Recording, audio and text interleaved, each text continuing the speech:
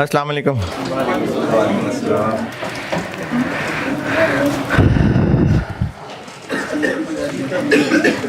दुरूद शरीफ पढ़ना।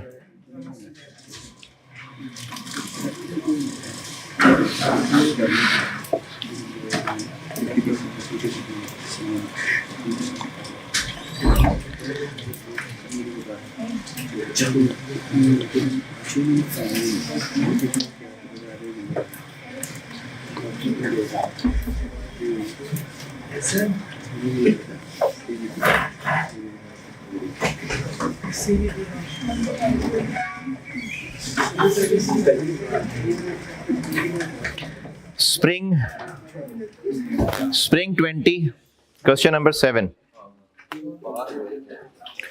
Spring 20, question number 7.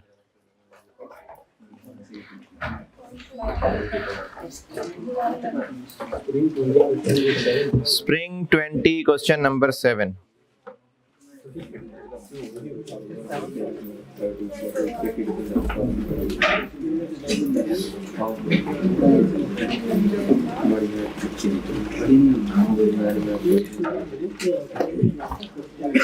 Jamal limited के नाम से सवाल है।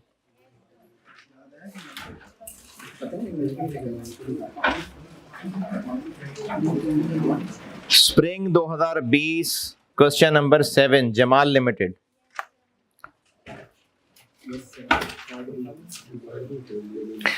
पार्ट ए के आंसर में क्या लिखेंगे? क्या सिचुएशन बतानी? हाँ जी, वही अजम्पशंस ही लिखनी है इसमें। कभी वो लिमिटेशंस की बात कर लेगा वो, लेकिन किस तरह लिखनी है? नेगेटिव करके। सवाल की वर्डिंग दोबारा पढ़ें।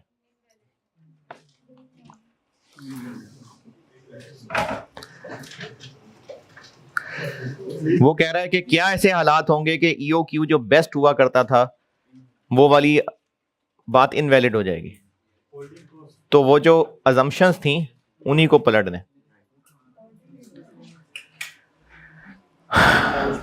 पार्ट बी आप कर रहे हैं अभी 10 मिनट। करें जल्दी करें। देखें, नो होमवर्क है तो फिर इसका मतलब यही है कि क्लास में जो सवाल करने हैं फिर वो जल्दी करने हैं। 10 मिनट में पार्ट ए करना है।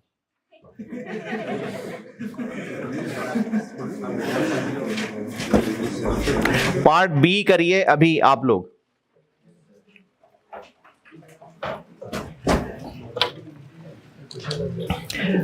Question 7 part B spring 2020 Jamal limited.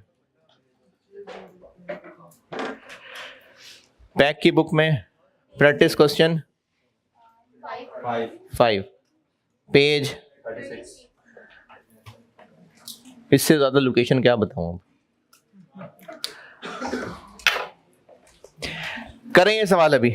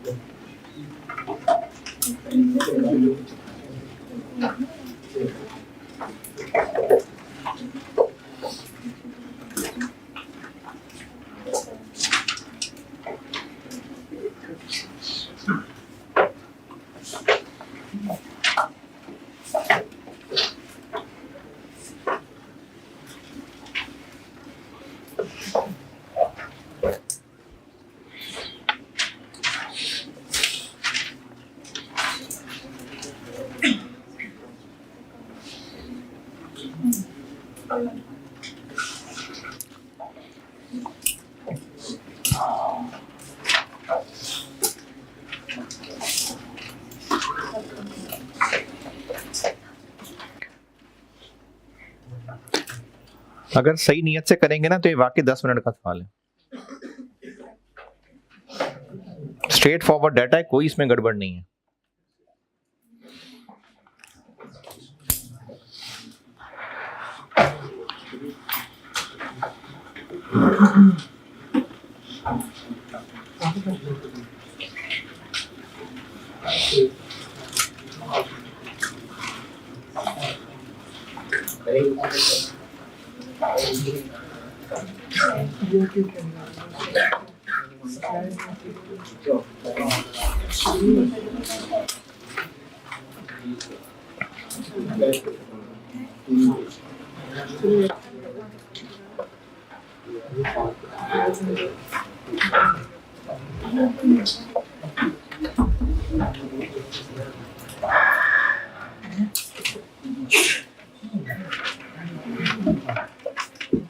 Practice questions are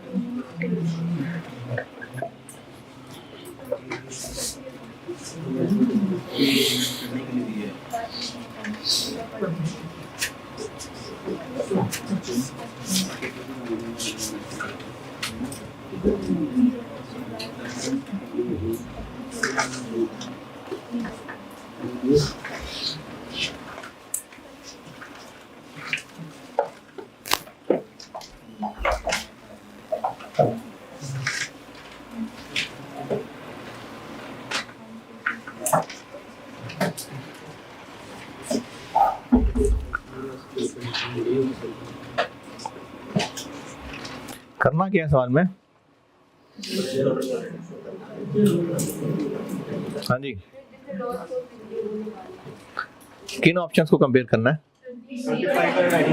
हाँ जी, ये जो 3 दी हुई हैं, क्योंकि उसने कहा है कि ये जो सप्लायर ने ऑफर की हैं इनमें से कौन सी बेहतर है, तो ये 3 OQ हैं जिस पे सवाल सॉल्व करना है।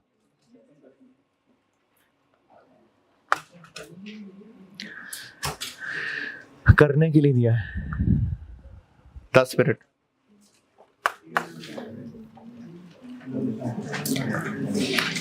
और ये 8 मिनट पुरानी बात। अरे ऐसे ही कह रहा हूँ, करे।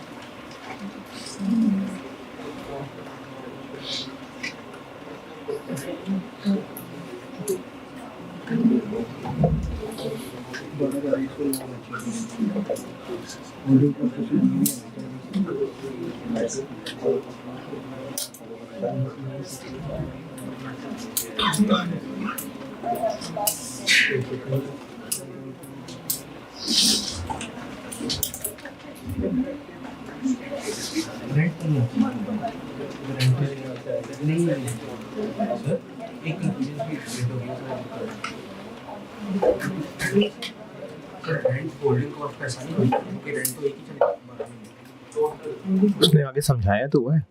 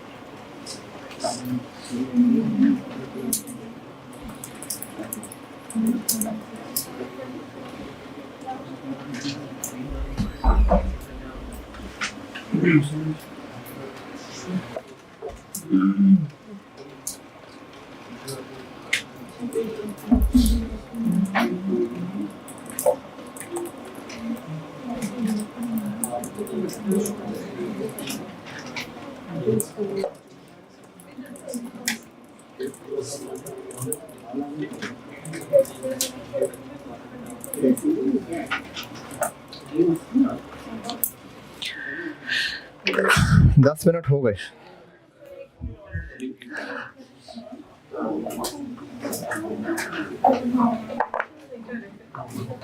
अगर सारे सवाल मैं ही बोर्ड पे करूंगा तो आपका नहीं बनेगा कॉन्फिडेंस, इसलिए नियत से इसको करें, लेकिन इतनी देर का नहीं है ये सवाल।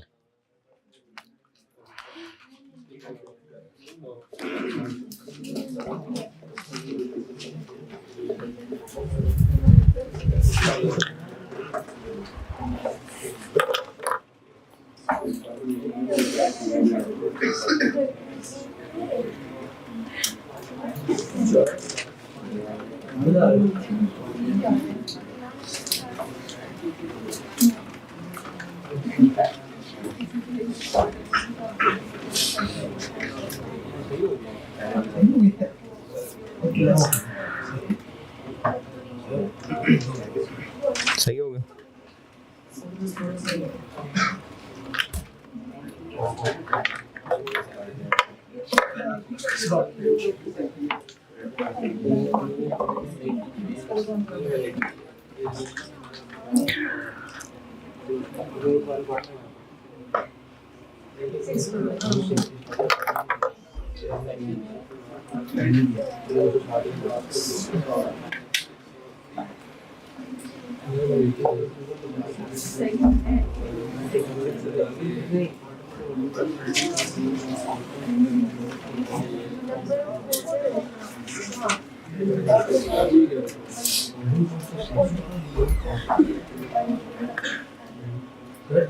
जी Alternately, the holding cost of safety stock being constant can be ignored for all three options. इसका मतलब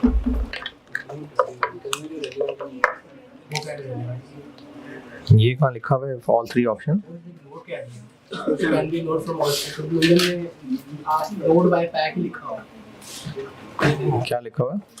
Alternately, the holding cost of safety stock नहीं नहीं being constant नहीं नहीं नहीं, बिल्कुल ना करें ऐसा,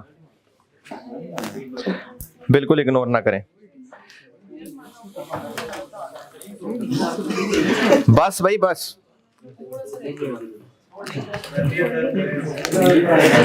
अभी तक नहीं हुआ तो फिर नहीं होगा आपसे, फिर किसी काम के नहीं हैं आप लोग।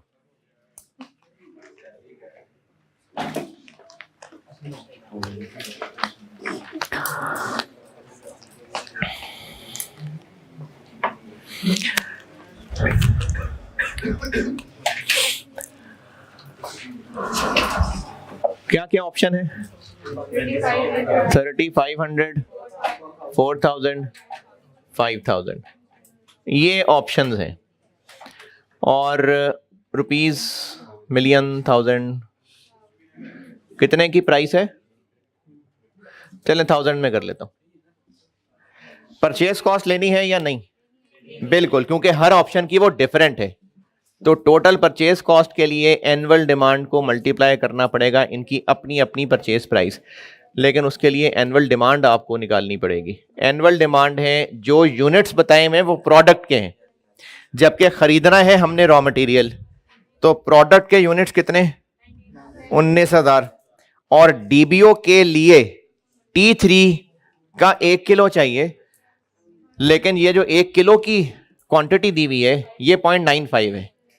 तो 19,000 के लिए 1 kg चाहिए, लेकिन ये ऐसे 20,000 kg, ये एनुअल डिमांड है। इतना निकला है था? चलो सही है। चलें, ये तो बहुत अच्छी बात है, जीरो पे नहीं कॉस्ट फेल होगी कम से कम, बड़ी अचीवमेंट है ये भी। तो 20,000 किलो को हर ऑप्शन की परचेज प्राइस से मल्टीप्लाई करेंगे तो ये बन जाएगा। टोटल ऑर्डर कॉस्ट के लिए, बल्कि चलें इतनी कर ही लिया तो लिख ही देता हूं, 20,000 किलो इनटू इनकी अपनी अपनी प्राइस।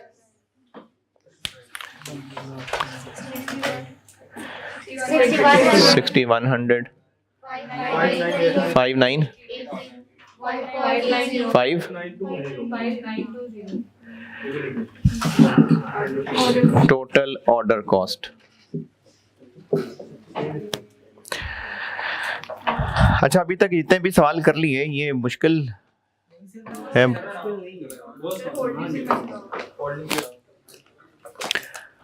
ऑर्डर कॉस्ट सवाल में क्या क्या है?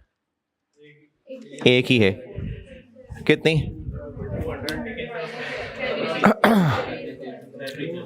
4200 उसने दी हुई है, लेकिन उसने खुद ही कह दिया है कि इसमें से ये फालतू है, ये छोड़ देना। 4200 में से 80 निकाल दे, 2420।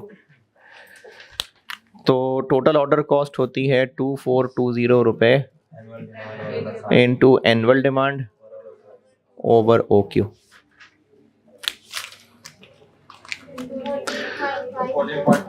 52 12.1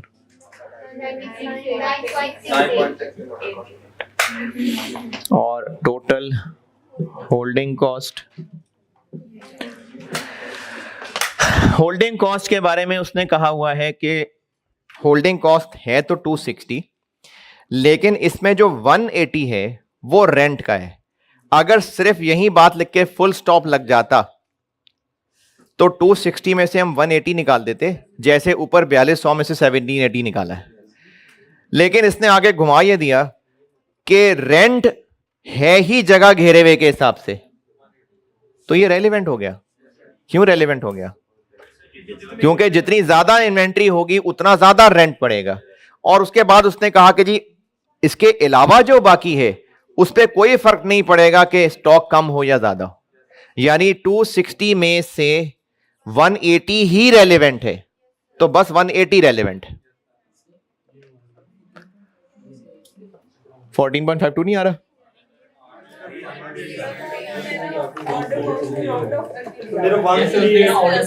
ऑर्डर कॉस्ट को राउंड ऑफ,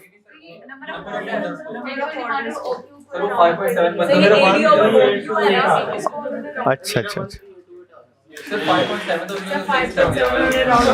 उन्होंने किन्होंने? नहीं, मैं जो बोर्ड पे कर रहा हूं वो बताए ना। जो मैं बोर्ड पे लिख रहा होता ना, मुझे वो आंसर बताया करें।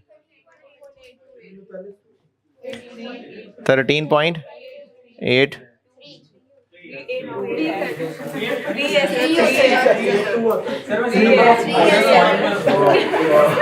इधर, तो फिर अब मैं वापस कैसे लाऊं?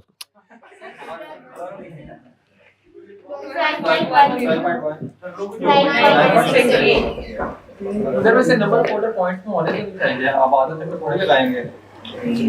अच्छा, ये बाकी लोग भी सुने कि ये ना जो इस वक्त कैलकुलेशन यहां हो रही है, इसमें अगर इस चीज की गहराई में जाएंगे ना कि इसका OQ इस वाला 3500 20,000 डिवाइडेड बाय 35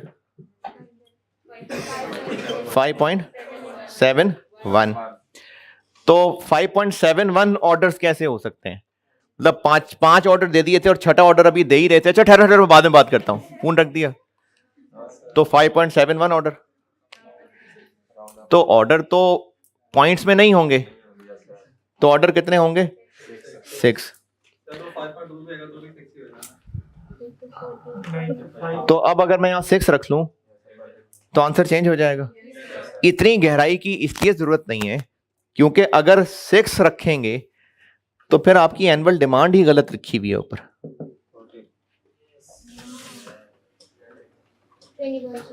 20, फिर एनुअल डिमांड ही गलत लिखी हुई है ऊपर। फिर आपको ऊपर टोटल परचेज कॉस्ट भी 20 की बजाय 21 पे लेनी चाहिए। तो इसलिए ये जो पीछे किया हुआ है, ये खैर चलो मैं पैक में खड़ा हूं, लेकिन ये ज्यादा फनकारियां लगा लेते हैं जिन्होंने भी किया है, या आई कैप के सोल्यूशन में भी ज्यादा फनकारियां इस पे लग गई। नंबर ऑफ ऑर्डर्स को राउंड करके क्या तीर मार लिया, तो अगर वो 6 है तो फिर वो भी 20,000 नहीं है, फिर वो भी 21,000 है, करें उसको भी चेंज। तो इसलिए ना इतनी टेंशन ना लें, आपने जो फार्मूला लिखा है इस फार्मूले का आंसर बता दें। इस बात पे पेपर वाला नंबर नहीं काटेगा कि इसको यही नहीं पता कि 5.6 ऑर्डर नहीं होते, इस पे नंबर नहीं कटेंगे। आप फार्मूले में वैल्यूज पुट करें और आंसर लिख दें।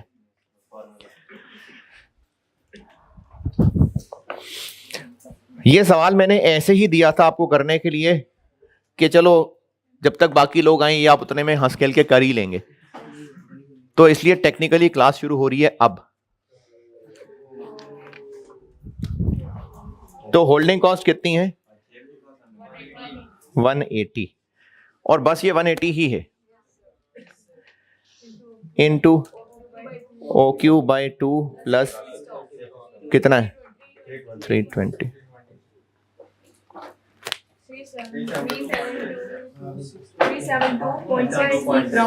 इतनी सारी है? 37.6 30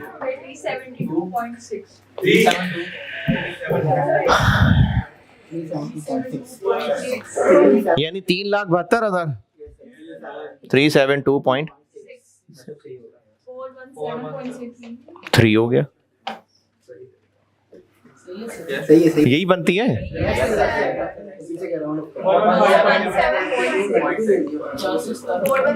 417.50.6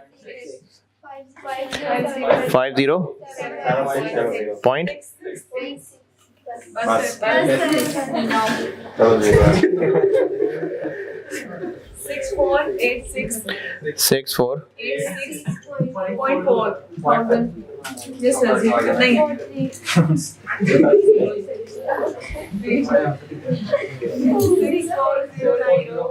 9.7. 6437. 64 Wait. तो कंक्लूजन क्या है?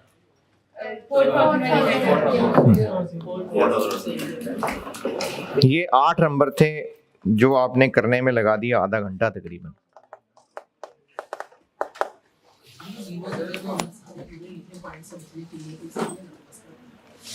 तो पॉइंट से बचने के लिए मतलब क्यों बचाना चाह रहे हैं पॉइंट से? ठीक है ना करें, अगर आपको ये राउंड करने में मुश्किल है, मतलब थाउजेंड्स में नहीं लिखना, पूरी पूरी फिगर लिख लें। ये क्या हो गया?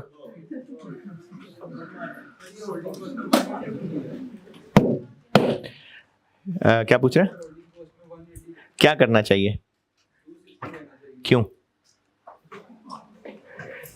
260 लेना चाहिए?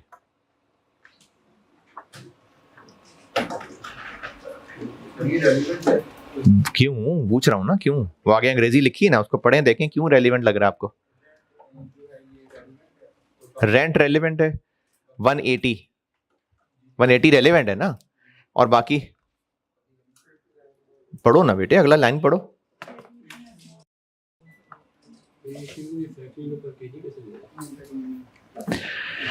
ये सवाल डन जी। पॉइंट है ऑर्डर कॉस्ट वाला, उसमें उन्होंने स्टाफ की सैलरी को ऑर्डर से लिंक किया हुआ है। मतलब ऑर्डर से कब लिंक किया हुआ है?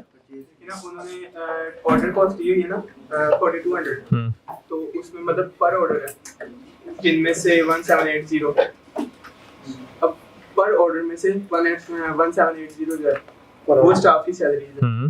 तो ये ऑर्डर से लिंक हो गया ना, मतलब वो पर ऑर्डर है 4200। यस और 1780। और आगे अब उन्होंने कहा हुआ है कि स्टाफ की सैलरी है, इस वजह से हम ये कहते हैं कि ये मतलब माइनस करके 2420 लिख दिया। लेकिन अगर उन्होंने स्टाफ लिखा ही ना होता, प्रोक्योरमेंट डिपार्टमेंट सिंपल लिख दिया होता, नहीं तो फिर 1780 का पॉइंट ही ना लिखा होता। नहीं मतलब 1780 लिखा होता, क्या उसको क्या कहा होता? ये उन्होंने स्टाफ की बात ना लिखी होती, उन्होंने सिंपल प्रोक्योरमेंट डिपार्टमेंट की लिख दी होती। क्या लिखा होता? मतलब 1780 pertains to salaries procurement department. तो हम ये भी तो प्रोक्योरमेंट डिपार्टमेंट के एम्प्लॉइज की सैलरी होगी ना, और किसकी सैलरी? लेकिन सैलरीज, लेकिन हम उसको ये भी तो समझ सकते थे ना कि वो इंस्पेक्शन के लिए हो सकता है। सैलरीज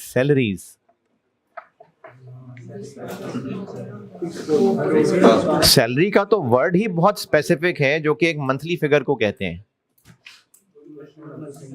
एक सवाल किया था ओरे लिमिटेड का, उसमें स्टोर कीपर की सैलरी थी, कहने को तो वो भी पर यूनिट ही दी हुई थी, लेकिन वो सैलरी थी। रही बात के पर ऑर्डर क्यों दी हुई है, सारे खर्चों को डिवाइड कर दे नंबर ऑफ ऑर्डर से तो पर ऑर्डर निकल ही आएंगे। हम लोग अब तक जितनी भी कॉस्ट पड़ी है, अगर सारी फिक्स्ड कॉस्ट्स को यूनिट से डिवाइड कर दें तो पर यूनिट बन ही जाएगी। इसका मतलब ये तो नहीं कि वो पर यूनिट चीज है। तो वर्ड सैलरी की वजह से इसको। और पूछें इसमें? चलें ठीक है, अब आए कल जो सवाल आपको शेयर किया था, पैक की बुक में वो अमेंडेड वाला ही डलवाया है मैंने। ऑटम 20 अटेम्प्ट है, क्वेश्चन नंबर 2। कहा था मैंने वैसे को ट्राई करना चाहे तो कर ले, तो ट्राई किया था तो फिर हो गया, कोई मसला नहीं। थोड़ा सा चले अभी पढ़े ना, सवाल पढ़े अभी।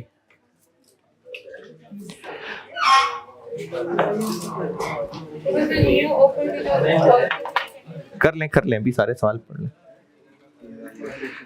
पढ़ लें। ऑटम 20 क्वेश्चन नंबर 2 अमेंडेड वाला।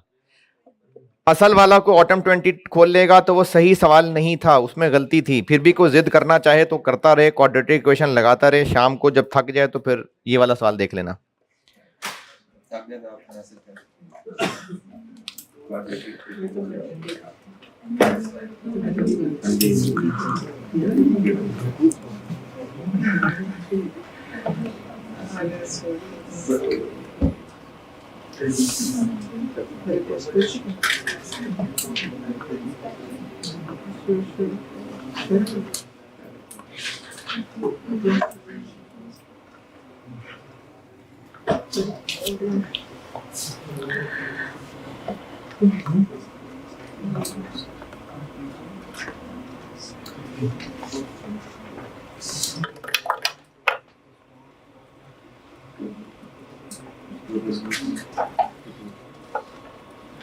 Yes.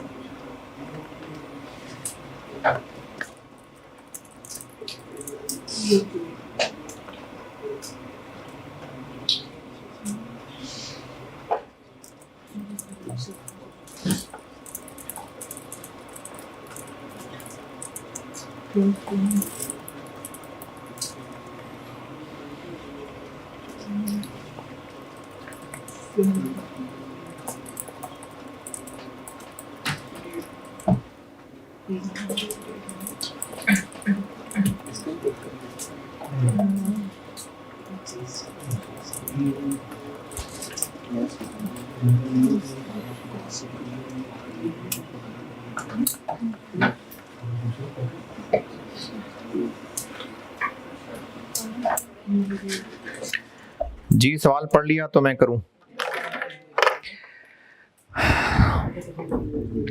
अच्छा, इसी फाइल में मैंने सॉल्यूशन भी साथ लगाया हुआ है, तो सवाल पे ही रहना। अगर सॉल्यूशन ही खोलना है, साथ साथ देखना है, तो फिर ये खुद ही कर लेना, सवाल खुद ही कर लेना सवाल।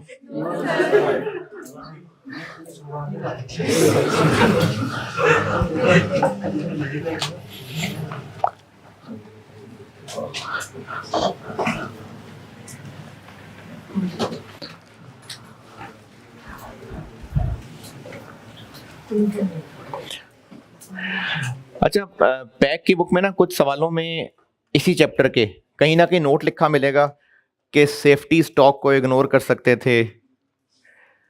इसके भी सॉल्यूशन में आप देख लें, लिखा हुआ था, ये जो अभी पहले किया है।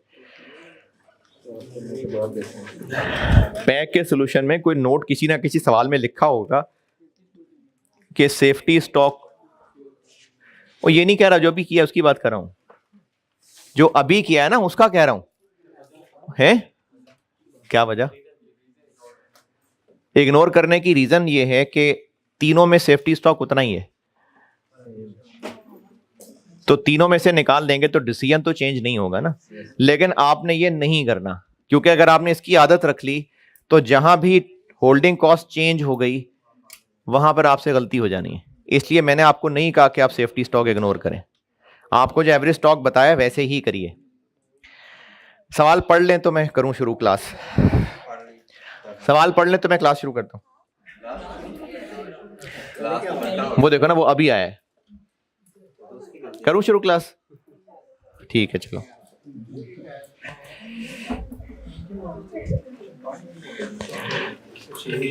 पढ़ लिया?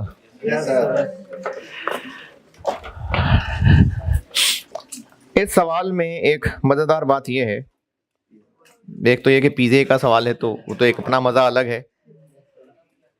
हैं? मैं खिलाने लगा पिज़्ज़ा, ये क्या सवाल? अच्छा है ना। हाँ, और उसमें इंपोर्टेड चीज है बड़ी प्रीमियम क्वालिटी की।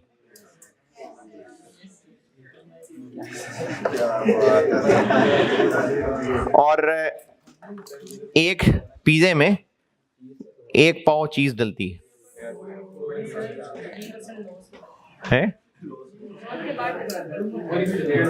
तो डीप पैन कर लें या थिन क्रस्ट कर लें? हैं? थिन क्रस्ट कर लें। और कुछ चीज एक्स्ट्रा डालनी है किसी ने? सबने एक ही पिज्जा खाना है? पॉज करें यार, पिज्जा तो मंगवाए ना, पॉज कर लें।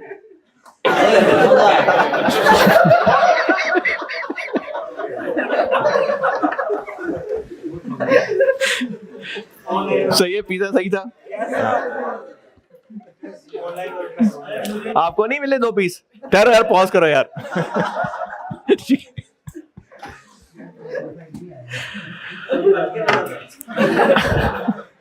क्या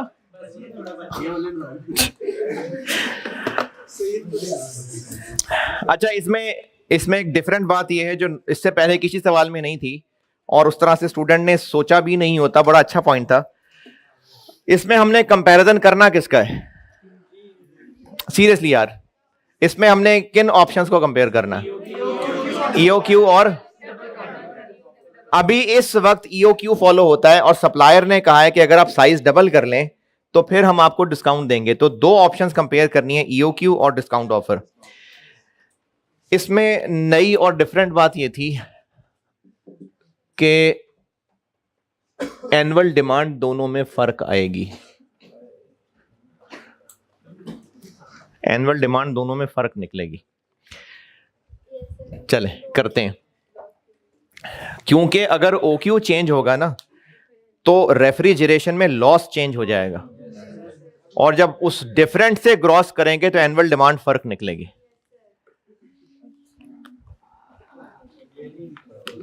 बताता हूं दोबारा। अभी इस वक्त हम EOQ फॉलो करते हैं और अभी इस वक्त EOQ फॉलो करते हैं और अभी इस वक्त 3% लॉस हुआ करता है। टोटल पिज़्ज़े बनते कितने हैं? 4850 पर वीक।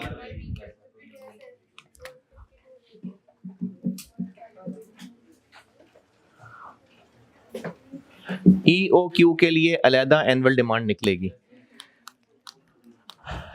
टोटल पूरे साल में कितने वीक्स हैं? तो पर वीक कितने? 48। कितने यूनिट्स हो गए पर वीक? ये हो गया पूरे साल का। लेकिन हम इस वक्त क्या चीज खरीदने की बात कर रहे हैं? चीज। तो वो लगती है एक पिज़्ज़े में 0.25 kg, लेकिन स्टोर में रखे रखे 3% जाया हो जाती है। तो हमें खरीदने के लिए 97% करना पड़ेगा, 65,000 kg। ये एनुअल डिमांड है EOQ के लिए। और जब डिस्काउंट ऑफर, क्योंकि अभी कर ही रहा हूं वर्किंग, तो डिस्काउंट ऑफर की भी साथ ही कर लेता हूं।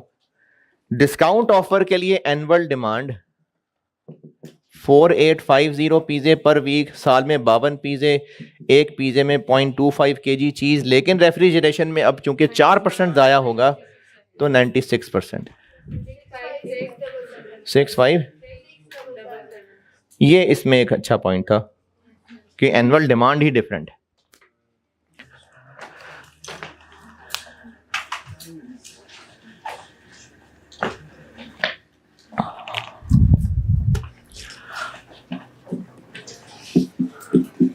ऑर्डर कॉस्ट, ऑर्डर कॉस्ट भी चेंज हो जाएगी या सेम रहेगी? Order cost per order same रहेगी या चेंज हो जाएगी? ट्रांसपोर्टेशन चेंज हो जाएगी। ये मेरा ख्याल है कल परसों शायद मैंने बात की थी कि अगर OQ बड़ा करने से हो सकता है कि ट्रक चेंज करना पड़े, तो ट्रांसपोर्टेशन कॉस्ट फर्क हो सकती है। तो ये इन्होंने कहा है कि OQ चेंज करेंगे तो ट्रांसपोर्टेशन भी चेंज हो जाएगी, इसलिए ऑर्डर कॉस्ट भी दोनों के लिए अलग अलग निकलेगी। अभी इस वक्त ऑर्डर कॉस्ट क्या क्या है? सवाल के शुरू से देखें। एडमिनिस्ट्रेशन कॉस्ट पर ऑर्डर, लेकिन एडमिनिस्ट्रेशन कॉस्ट के बारे में लिखा हुआ है पॉइंट नंबर 3 में कि इसमें से 80% रेलेवेंट है। तो एडमिन कॉस्ट 150,000 का 80%, 120,000।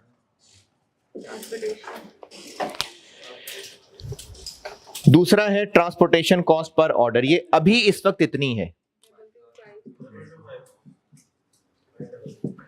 22,500। और कोई ऑर्डर कॉस्ट? क्वालिटी इंस्पेक्शन पर ऑर्डर 20,000। और कोई ऑर्डर कॉस्ट? बस, तो ये बन जाएगी 162,500। और अभी कर ही रहे हैं वर्किंग, तो डिस्काउंट ऑफर की भी अभी कर लेते हैं। डिस्काउंट ऑफर वाले पे फर्क क्या पड़ेगा? एडमिन कॉस्ट सेम रहेगी, ट्रांसपोर्टेशन कितनी महंगी हो जाएगी? 50% महंगी हो जाएगी। यानी ये जो अभी 22,500 है इसको 1.5 कर देते हैं।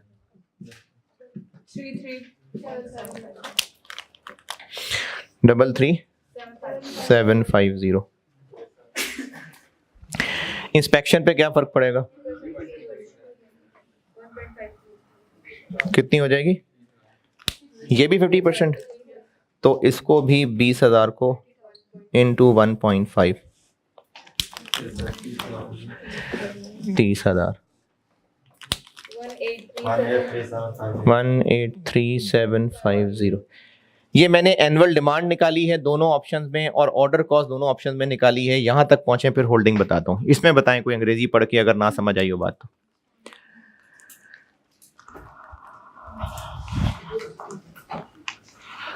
जितनी सवाल में अंग्रेजी लिखी हुई है आपको भी उसका मतलब यही समझ आना चाहिए जो किया है।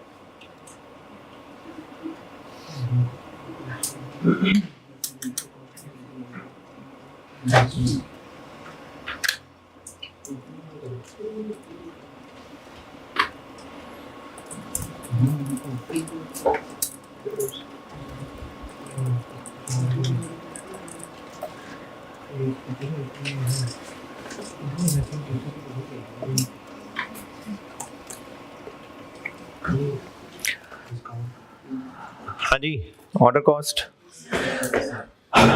और होल्डिंग कॉस्ट के लिए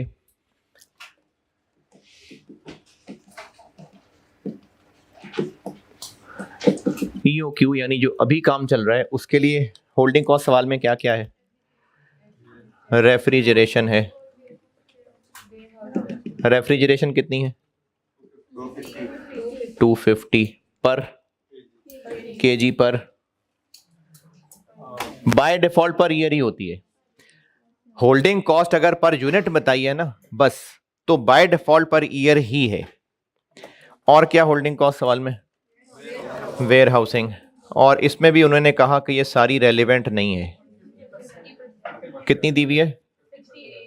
68 है और इसका 50% रेलिवेंट है 34। और इंटरेस्ट है। इंटरेस्ट लगना है परचेज प्राइस पे और परचेज प्राइस है 1200 का 1.5% पर मंथ। 216 पॉइंट के बस 500। तो मैंने ही कर दिया सारा सवाल, कोई बात नहीं।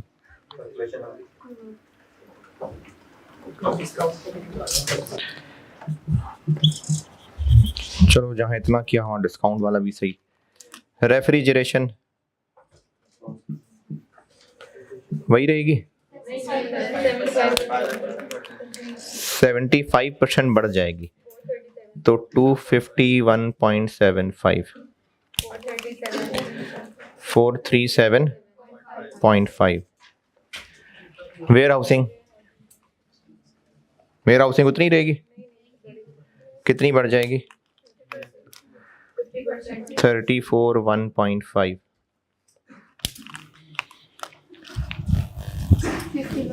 51। और इंटरेस्ट अब इस प्राइस पे लगेगा तो 1200। कितना डिस्काउंट है?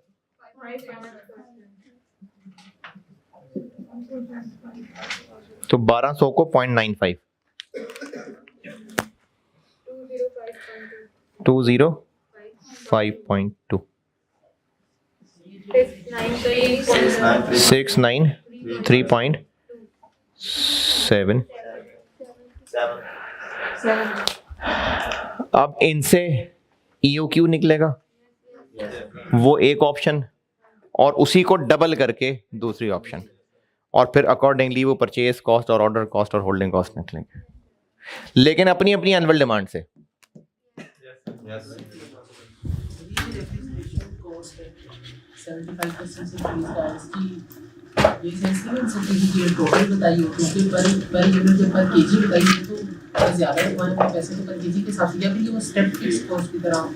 जब ये फिक्स कॉस्ट ही नहीं है तो स्टेप फिक्स कॉस्ट कैसे?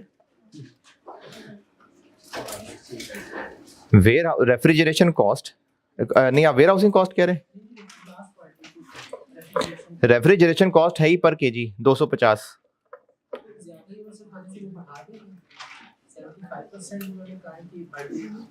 क्योंकि हमें हो सकता है डिफरेंट रेफ्रिजरेटर में रखना पड़ता हो।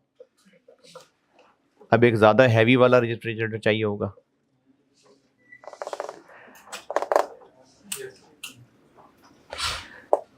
थोड़ा सा गोश्त रखना है कुर्बानी का तो छोटे से फ्रिज के रेफ्रिजरेटर में भी रखा जाएगा। पूरा पूरा बकरा रखना है और मलेदारों के भी चुरा के लाए थे वो भी रखने हैं, तो फिर और बड़ा डीप फ्रीजर चाहिए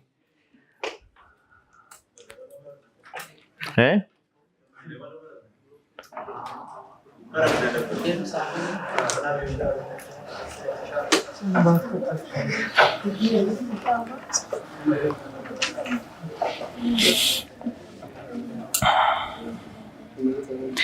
नहीं नहीं, बस छुट्टी का एक सवाल है अभी, और एक सवाल।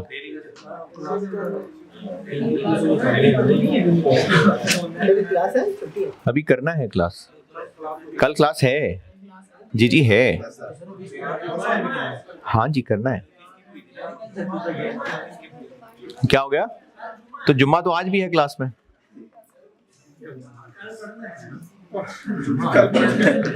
है वो स्टूडेंट का नाम जुम्मा है ना।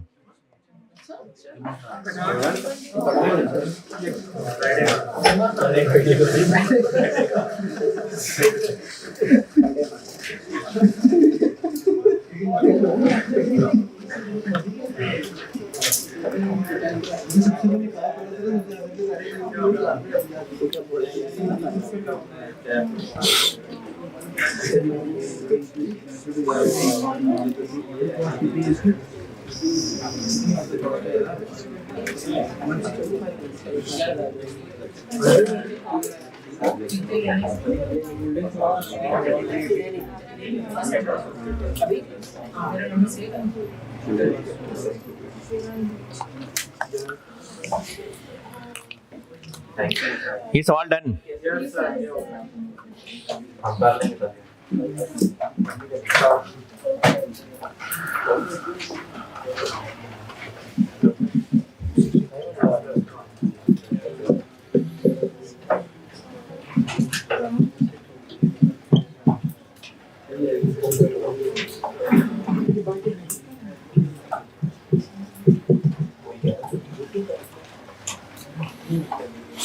ये ना चीजें खरीदने से रिलेटेड ये कुछ टर्म्स इस्तेमाल हो सकती हैं, नहीं होनी चाहिए, वैसे एक दफ़ा हुई हैं इसलिए बता रहा हूँ। कुछ कमर्शियल टर्म्स होती हैं, ये इंपोर्ट एक्सपोर्ट के अंदर या और जहाँ डिफरेंट किस्म की प्राइसेस हों वहाँ ये इस्तेमाल होती हैं। काफ़ी सारी हैं, उनमें से 3 बता रहा हूँ जो आपके काम की हो सकती हैं।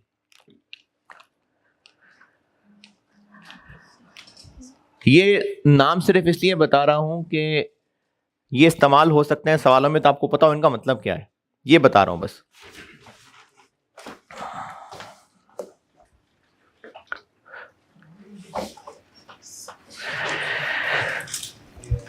अच्छा, मैं तीनों की एक एक मिसाल दूंगा, मेरे ख्याल में वो मिसाल ही आप उर्दू में लिख लेना तो बात समझ आ जाएगी।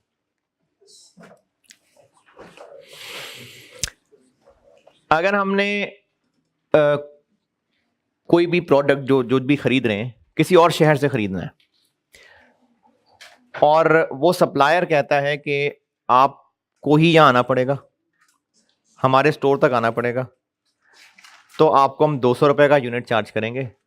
अब उसको आपने खुद लेके जाना है, आपका मसला है।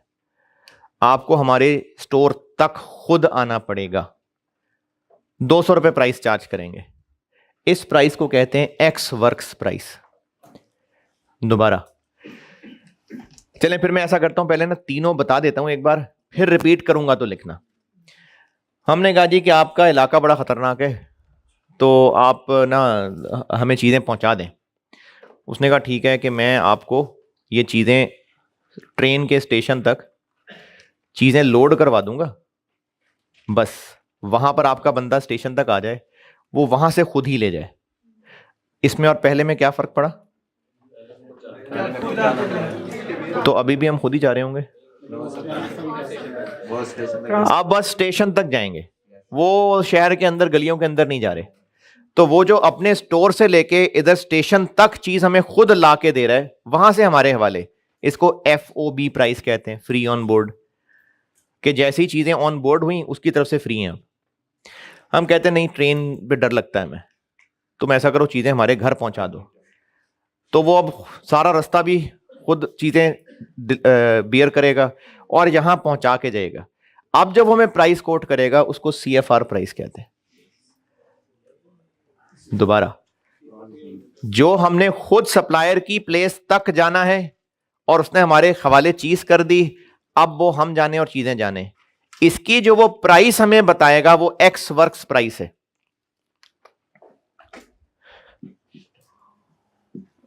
ये सप्लायर की दुकान है, ये खतरों भरा इलाका है, ये पोर्ट आ गई, पोर्ट स्टेशन कुछ भी, ये सारा उस ट्रेन का, जहाज का, हवाई जहाज का रास्ता है। ये हमारे इलाके का पोर्ट आ गया और ये बायर की जगह आ गई। अगर सप्लायर कहेगा कि यहां खुद आओ, यहां से चीजें तुमने लेके जानी है, तो मैं तुम्हें उसके पैसे चार्ज करूंगा 200। हाँ, अगर तुम्हें चीजें यहां छोड़ दी हैं मैंने, तो मैं इसके तुम्हें पैसे 200 नहीं 240 चार्ज करूंगा। और अगर ये सारा रास्ता भी मैंने ही तय करना है, तो मैं इसके फिर 300 चार्ज करूंगा। है? आपने शॉप से कभी कोई चीज खरीदी, उठाई हमेशा? खरीदी है शॉप से कोई चीज? शॉप से कोई चीज खरीदी है तो चल के भी जा रहे हैं, उसको मैं पैसे भी दूं तुम्हें, मैं चल के भी आया हूं, तो परचेज प्राइस तो देनी पड़ेगी ना। हाँ जी भाई, प्रोडक्ट की प्राइस ही बता रहा हूं ना। नहीं, प्रोडक्ट की प्राइस, प्रोडक्ट की प्राइस, ये प्रोडक्ट की प्राइस बता रहा हूं, क्योंकि हम यहां इन सवालों में परचेज प्राइस यूज कर रहे हैं ना।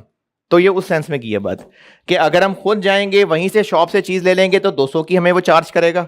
ये प्राइस है, परचेज प्राइस 200 ऊपर नहीं ले रहा, परचेज प्राइस 200 है। और अगर वो यहां तक लाके चीज हमारे हवाले कर देगा तो वो महंगी चार्ज करेगा, और अगर यहां तक पहुंचा के जाएगा तो और महंगी चार्ज करेगा। तो ये सवालों में मुख्तलिफ ये टर्म्स इस्तेमाल हुई हो सकती हैं, तो मतलब है ये परचेज प्राइस ही। ये एक्स वर्क्स है, ये FOB है, ये CFR है।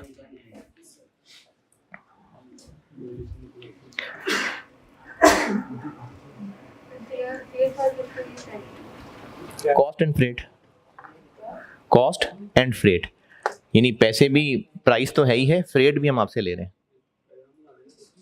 C&F भी कहते हैं इसको, C&F।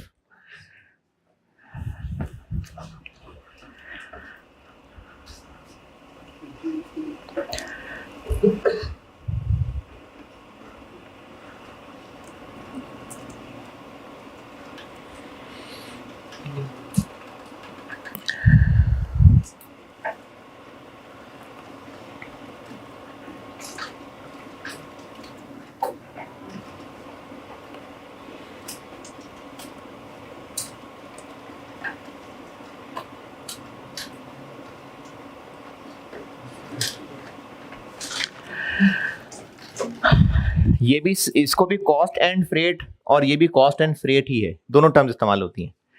FOB है फ्री ऑन बोर्ड।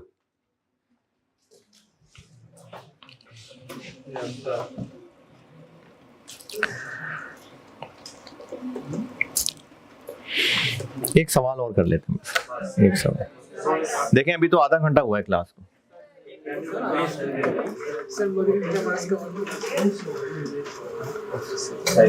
एक छोटा सा सवाल।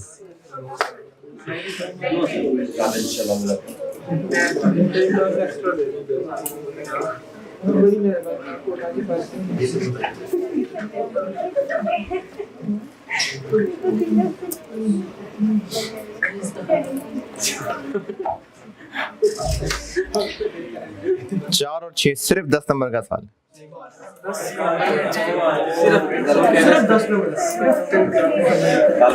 देखें आप होमवर्क फिर नहीं करते ना, चूंकि तो फिर मुनासिब नहीं है। मैं आपको जब कहा होमवर्क नहीं देना तो फिर क्लास में ही करना पड़ेगा।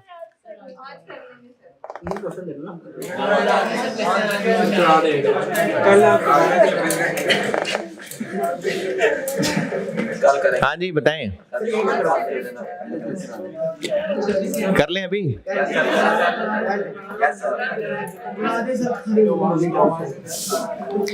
Spring 17 question number 2। चले मैं कर देता हूं बोर्ड पे, मैं कर देता हूं ना, आप जिसने जाना चला जाए वो। कह रहा हूं ना, जिसने जाना चला जाए, करने के बाद देख लेना वीडियो लगा के।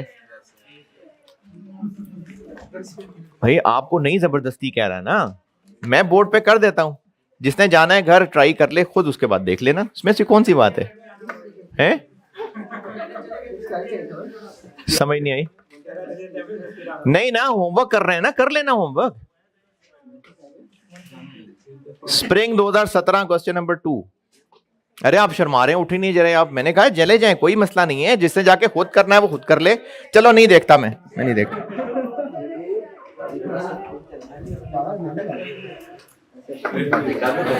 है? कर दो यार रेस। मैं बड़ा सीरियसली कह रहा हूं, जिसने जाना है चला जाए। होमवर्क करना है ना, जिसने होमवर्क करना है वो करने के बाद ये वीडियो लगा के एंड से देख लेना।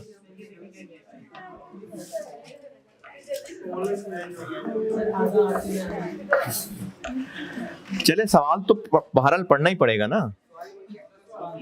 Spring 17 question number 2, aroma herbs AH है जी। क्या हो गया? समझ नहीं आ रही?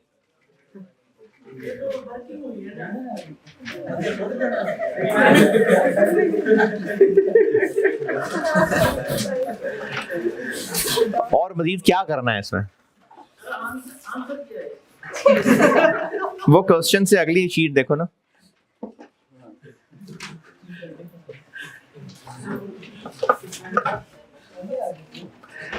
जी बुक में है।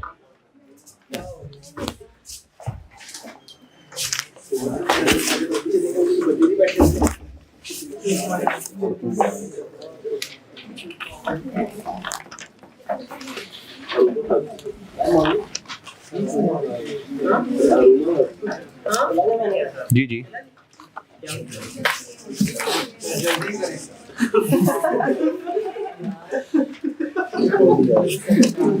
यार जिसने जाना है ना वो चला जाए।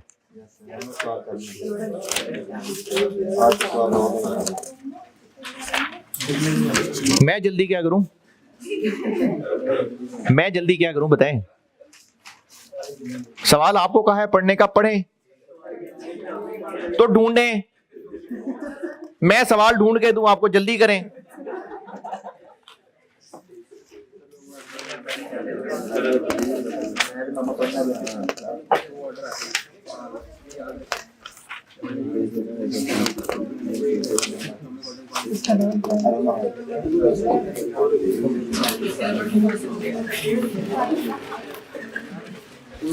कहाँ क्वेश्चन 2 है? जबरदस्त यार, कैसे ढूंढा? मैं तो इतने अरसे से जब से पढ़ा रहा हूं ढूंढ रहा हूं, मुझे स्प्रिंग 17 में मिल नहीं रहा था ये। सर बफर स्टॉक और सेफ्टी स्टॉक है। जी एक ही बात है, ये भी पढ़ाना है इस चैप्टर में आगे। बेटे वो लाइट बंद करना। और नहीं, आखिरी वाला खोल दें। काफी काफी काफी काफी।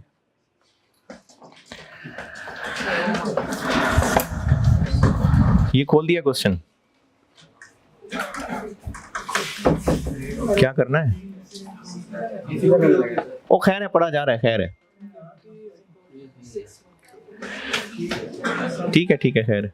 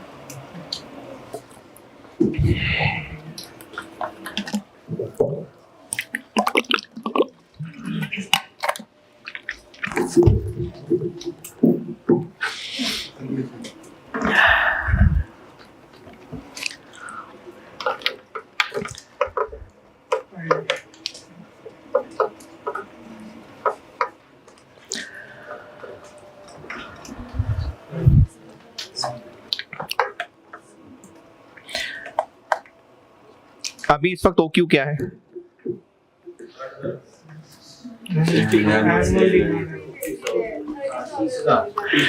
30,000 एनुअल सेल बताई हुई है, लेकिन हमने तो परचेज लेनी होती है, तो कहीं पर स्टॉक की बात नहीं की, तो बस यही परचेज भी है। ये एनुअल है और the T is imported on a 6 monthly basis, यानी 6 महीने बाद मंगवाते हैं। तो एग्जिस्टिंग OQ क्या हुआ? 30,000। तो एग्जिस्टिंग 30,000 है, और अगर EOQ पे चले गए तो रिक्वायरमेंट भी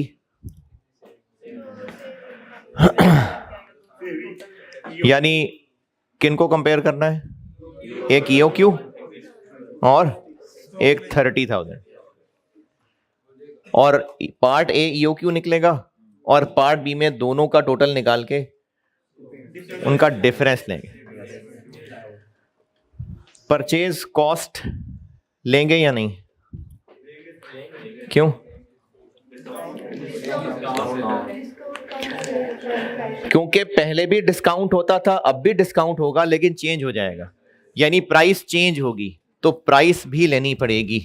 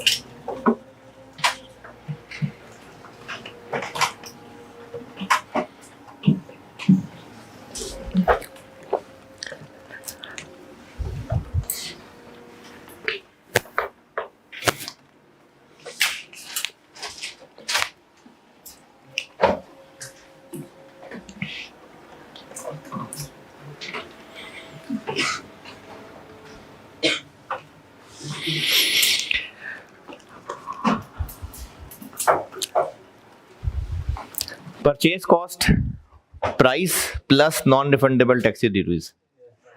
प्राइस कितनी है? 900। ये 900 है कि ये 900 है? ये 900 है और ये 100 रुपए के बाद 900 है। कैसे? क्योंकि ये 10% डिस्काउंट के बाद है, वो 10% डिस्काउंट जो अभी मिला करता है। अगर ईओक्यू पे शिफ्ट हो गए, किसका 8%? 1000 का। तो ईओक्यू पे चले गए तो ये 1000 पे 80 रुपए डिस्काउंट मिला करेगा। ये है पॉइंट नंबर 2 की पहली लाइन और पॉइंट नंबर 3 का मतलब। और कस्टम ड्यूटी लेनी है या सेल्स टैक्स भी लेना है?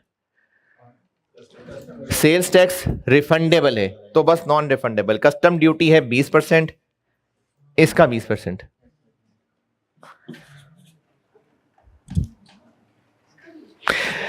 इसका 20% किसका?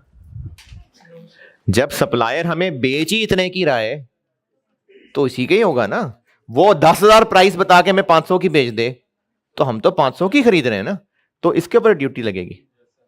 उधर कितनी? 184।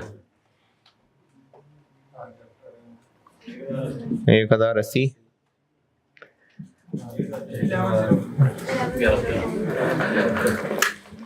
एग्जिस्टिंग वाला सवाल इसकी परचेज प्राइस पे सॉल्व होगा और ईओक्यू वाला इस पे सॉल्व होगा। पॉइंट 6, ये क्या चीज है? इज अगर ईओक्यू पे चले गए तो ये 81,000 रह जाएगी। 81,000 की रह जाएगी। बताएं पॉइंट 6 का क्या मतलब है? ईओक्यू पे 90 है या एग्जिस्टिंग पे 90 है?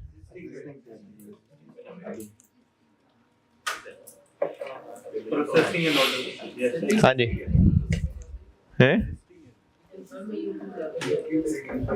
कंफर्म है कि increase in number of purchase order. हाँ परचेज ऑर्डर से तो ज्यादा हो गया, तो अगर ईओक्यू कम आएगा तो ही परचेज ऑर्डर ज्यादा। अच्छा, ये पॉइंट नंबर 6 में लिखा हुआ है कि अगर purchase order number of order ज्यादा होंगे तो कॉस्ट कम होगी। तो ईओक्यू पे चलेगा तो नंबर ऑफ ऑर्डर ज्यादा हो जाएंगे। डिपेंड करेगा आपके सवाल पढ़ने पे।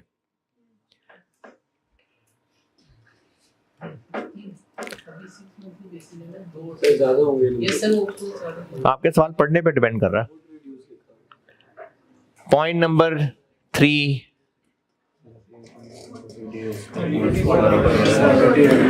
यानी ईओक्यू का आंसर 30,000 से कम ही है। तो कम है तो नंबर ऑफ ऑर्डर्स बढ़ेंगे, इसलिए वो कह रहा है कि चूंकि नंबर ऑफ ऑर्डर्स बढ़ेंगे तो पर ऑर्डर कॉस्ट 90 की बजाय 81 रह जाएगी। होल्डिंग कॉस्ट क्या क्या है?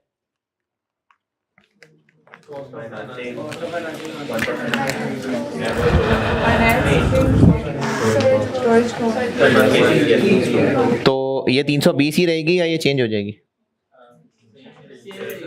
अगर ये कही होती ना इंटरेस्ट कॉस्ट जैसे ये है तो ये चेंज होगी, ये उतनी ही रहेगी। तो 320 उतनी ही रहेगी, ये अकॉर्डिंगली फिर परचेज प्राइस पे लगेगी। ये 1% इस पे लगेगी ईओक्यू के लिए और एग्जिस्टिंग के लिए, और ईओक्यू के लिए इस पे लगेगी। हो गया सवाल? हो गया या लिख के दिखाऊं? नहीं हो गया ना यार सवाल। जी जी, बफर स्टॉक सेफ्टी स्टॉक को कहते हैं। 15 डेज सेल का क्या मतलब है? 60,000 पूरे साल की हैं।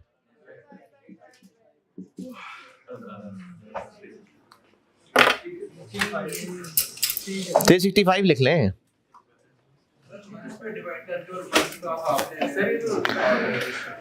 तो इसका मतलब महीने के 30 दिन ले रहे हैं ना। हाफ क्यों कर लें? एक महीने में कहाँ लिखा आधा महीना?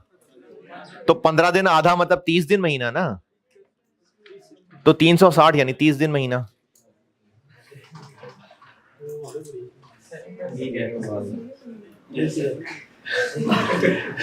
एक महीने में 30 दिन, साल में कितने?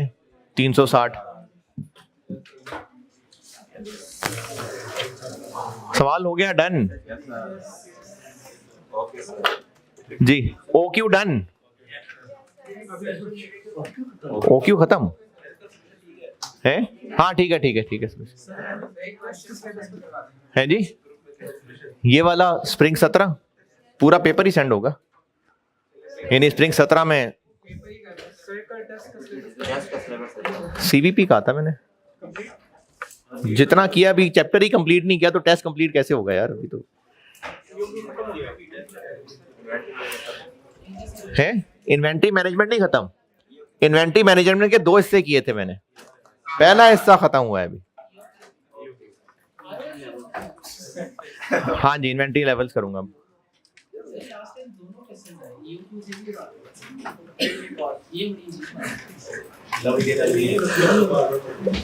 ओक्यूज हो गया, एक कल और बताऊंगा बस, और ओक्यू बस, फिर मैं इन्वेंटरी लेवल शुरू कर दूंगा। ठीक है, अल्लाह हाफिज।